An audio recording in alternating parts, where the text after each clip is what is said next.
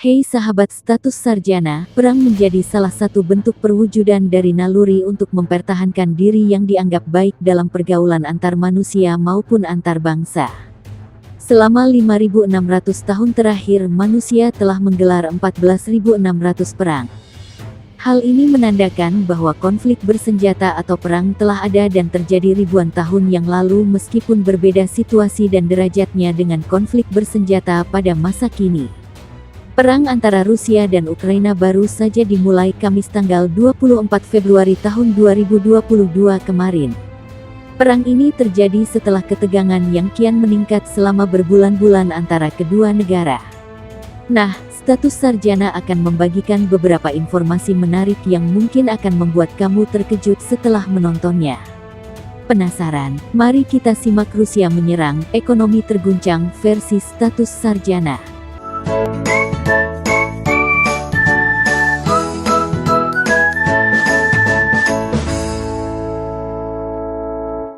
Namun terlebih dahulu sebelum menonton video ini jangan lupa like dan subscribe channel Status Sarjana dan tak kalah pentingnya jangan lupa diklik tombol lonceng agar kamu dapat menjadi orang pertama yang dapat menikmati tayangan berikutnya.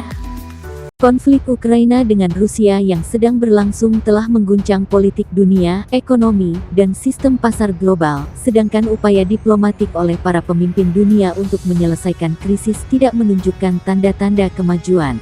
Rusia telah mengumpulkan lebih dari 100.000 tentara di perbatasannya dengan Ukraina selama beberapa bulan terakhir dan memicu peringatan tentang apa yang sekarang ditakuti masyarakat dunia sebagai awal Perang Dunia III. Vladimir Putin, Presiden Rusia, menandatangani dekret pada tanggal 21 Februari tahun 2022 yang mengakui dua wilayah di Ukraina, yaitu Donetsk dan Luhansk sebagai entitas independen yang dimiliki. Dia lebih lanjut memerintahkan pasukan Rusia untuk menjaga perdamaian di dua wilayah yang memisahkan diri. Ukraina menjadi negara merdeka dengan jatuhnya Uni Soviet pada 1991. Itu adalah bagian awal dari Kekaisaran Rusia dan kemudian menjadi Republik Soviet, serta menyingkirkan warisan Kekaisaran Rusia, sehingga membentuk hubungan dekat dengan Barat. Sejak kemerdekaannya, negara ini memerangi korupsi dan perpecahan internal. Negara sisi barat menginginkan integrasi dengan barat, sedangkan wilayah timur dengan Rusia. Konflik dimulai ketika Viktor Yanukovych, Presiden Ukraina, menolak perjanjian asosiasi dengan Uni Eropa demi hubungan yang lebih dekat dengan Moskow. Para pengunjuk rasa menggulingkannya dalam revolusi martabat, Revolution of Dignity. Sebagai imbalannya, Rusia mencaplok semenanjung Crimea Ukraina dan mendukung pemberontakan separatis Ukraina Timur. Setelah itu, mereka menyerang Donbas yang merupakan jantung industri negara Ukraina. Lebih dari 14.000 orang kehilangan nyawanya dalam konflik bersenjata antara pasukan Ukraina dan separatis yang didukung Rusia. Ukraina dan Barat menuduh Rusia mengerahkan pasukan dan mengirim senjata ke pemberontak, lalu tuduhan ini dibantah oleh Rusia.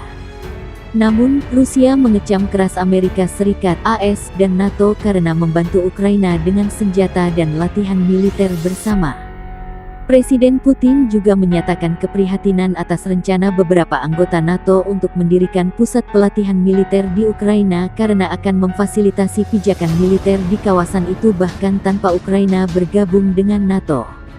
Setiap perjuangan pasti adanya pengorbanan, namun semoga perang bukan menjadi sebuah pilihan. Kita doakan semoga perdamaian akan senantiasa berjalan. Menurut sahabat status sarjana, bagaimana cara Rusia dan Ukraina berdamai?